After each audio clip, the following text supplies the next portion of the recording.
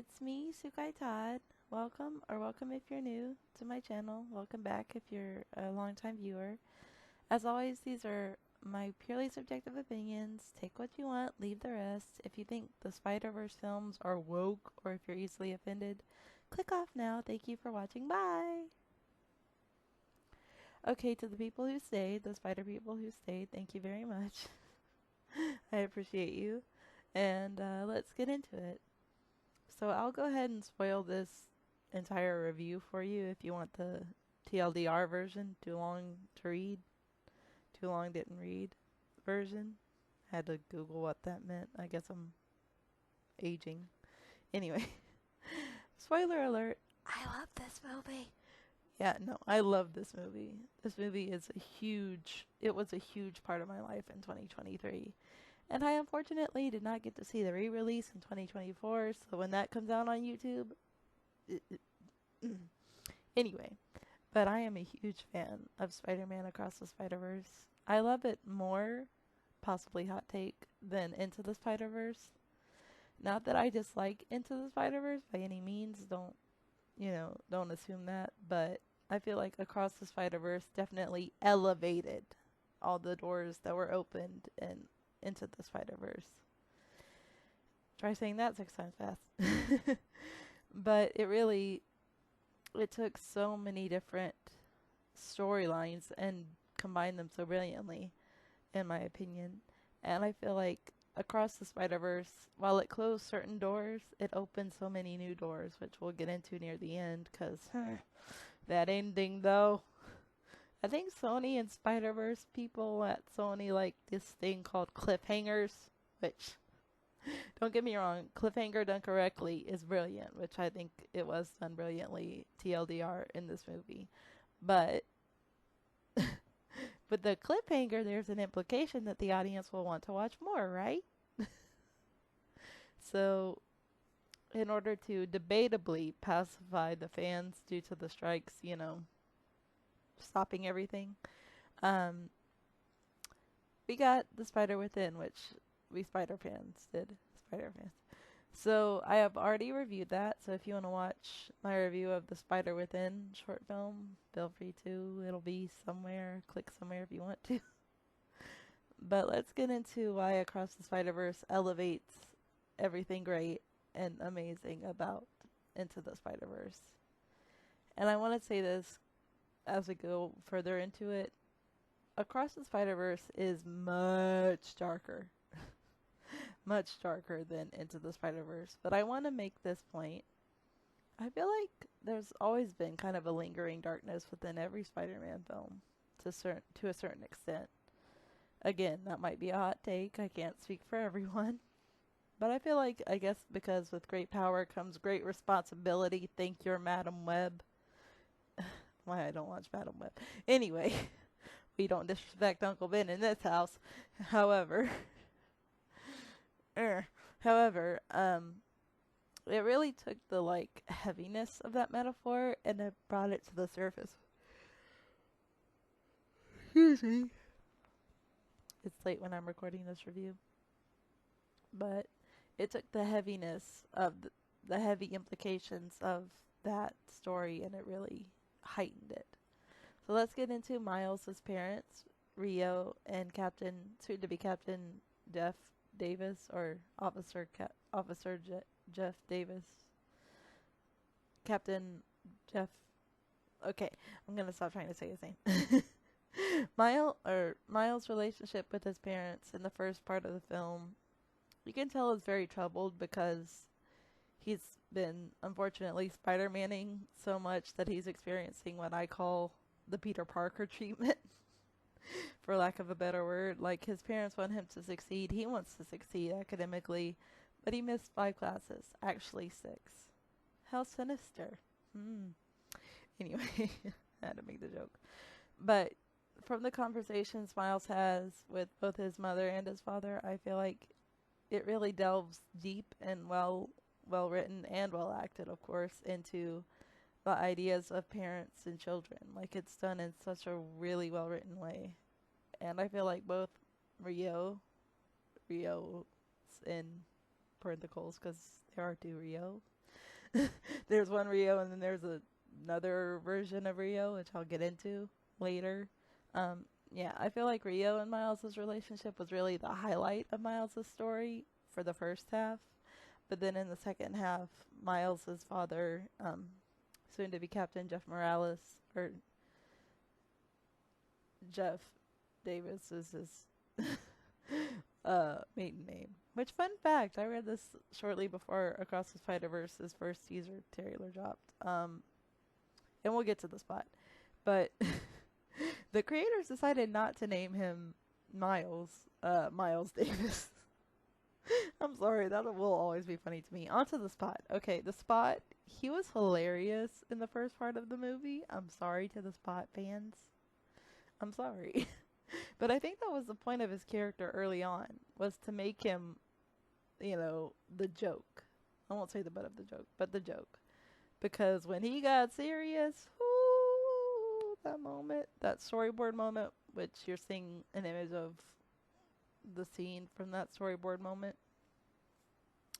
Yeah, when Spot got real serious real quick, beat Thanos to the punch by about 2 days, maybe. Maybe a day and a half, we don't know.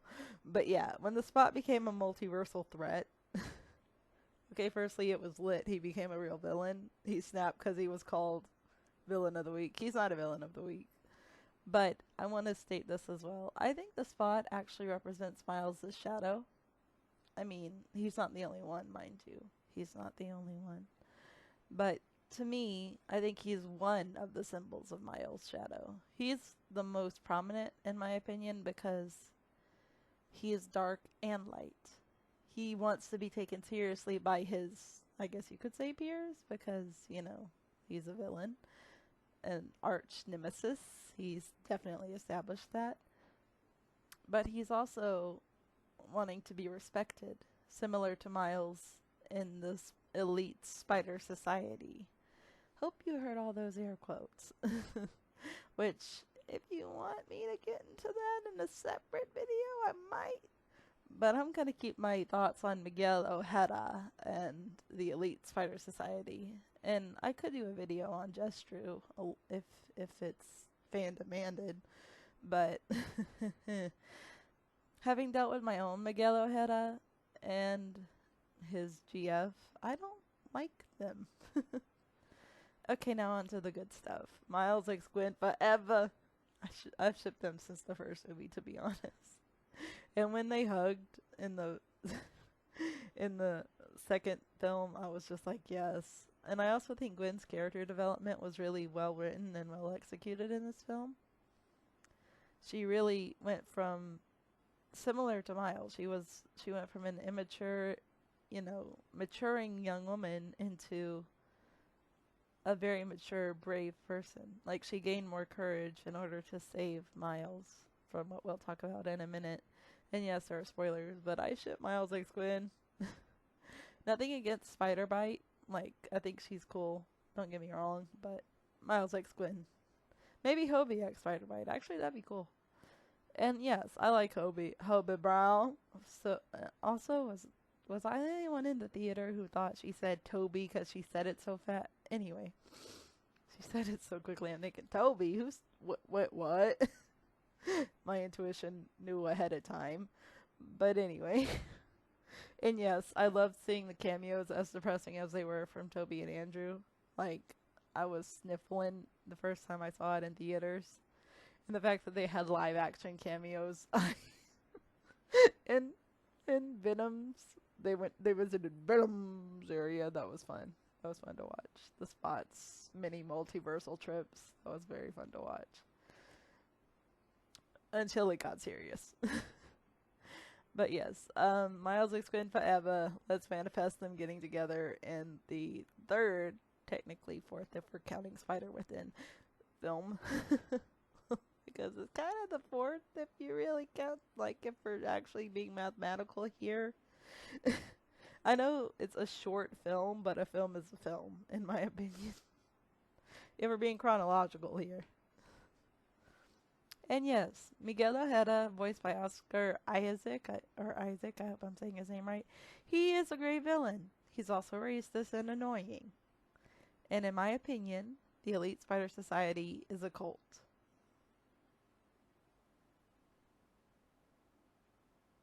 That's all I have to say about that. That's just my opinion. As I said before, take what you want, leave the rest. And I've heard people say they're like NPCs, non-player characters, or, you know, stuff like that. But it seems more like a cult to me. Now let's get to the stuff I loved about this movie. Because I did not like Miguel Ojeda in the least. I don't care if he's got a good backside. That does not excuse his actions. Are you ready for it? I'm Sukai Todd, but you can call me Spider-Woman. That sounded way better than I thought it would. Okay, so the Prowler on Earth-42, where Miles gets trapped thanks to the No Way Home, as I call it, machine, which is super humane and not creepy at all. Yeah, that sent him to the wrong dimension. And Miles met his other shadow self, his alternate self, the Prowler, Miles G. Morales of Earth-42.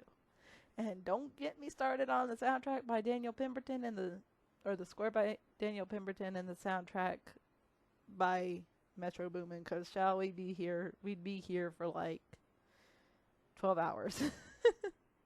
If you want me to do a separate video on why I think Across the Spider-Verse has a genius score and soundtrack, comment below and let me know. But yeah, Miles G. Morales is a badass. He's a bad ASS, okay? I had to curse just once. And he was scary AF, but here's my fan theory. And I also theorized that Toby would come back in No Way Home anyway. Okay, so, and that was before it actually came out, too. That was like when Civil War was announced in the MCU. Back to the point. My theory is that Miles G. Morales may have dealt with his father's passing, but Kingpin might have something to do with it. As Kingpin was shown in a poster that Hobie, ripped up in his entrance. So, I think Miles G. Morales may very well be a good guy, but the reason he looks like a bad guy with the Sinister Six cartel, which is already questionable, is because he's trying to either stop Kingpin or he's pulling a kind of double spy thing. That's my fan theory. I could, of course, be totally wrong and he's a totally bad person. I'd like to think not, though, because Uncle Aaron in Into the Spider-Verse, which I will review that one as well. Yeah, Uncle Aaron was not, he did a lot of bad things, but he wasn't inherently a bad person. He looked out for Miles, as he said. His Miles told alternate universe Uncle Aaron. Don't you just love it when they add more characters? Because, oh my goodness gracious me. So, my final thoughts on Spider-Man Across the Spider-Verse, as well as the future of the Spider-Verse and Miles Morales and Miles G. Morales, the Prowler, versus Spider-Man, which is going to be so freaking epic, in my opinion. I really think that, and this is purely speculative, it's totally Sukai Todd's conjecture. I think that Miles G. Morales is going to be amazing.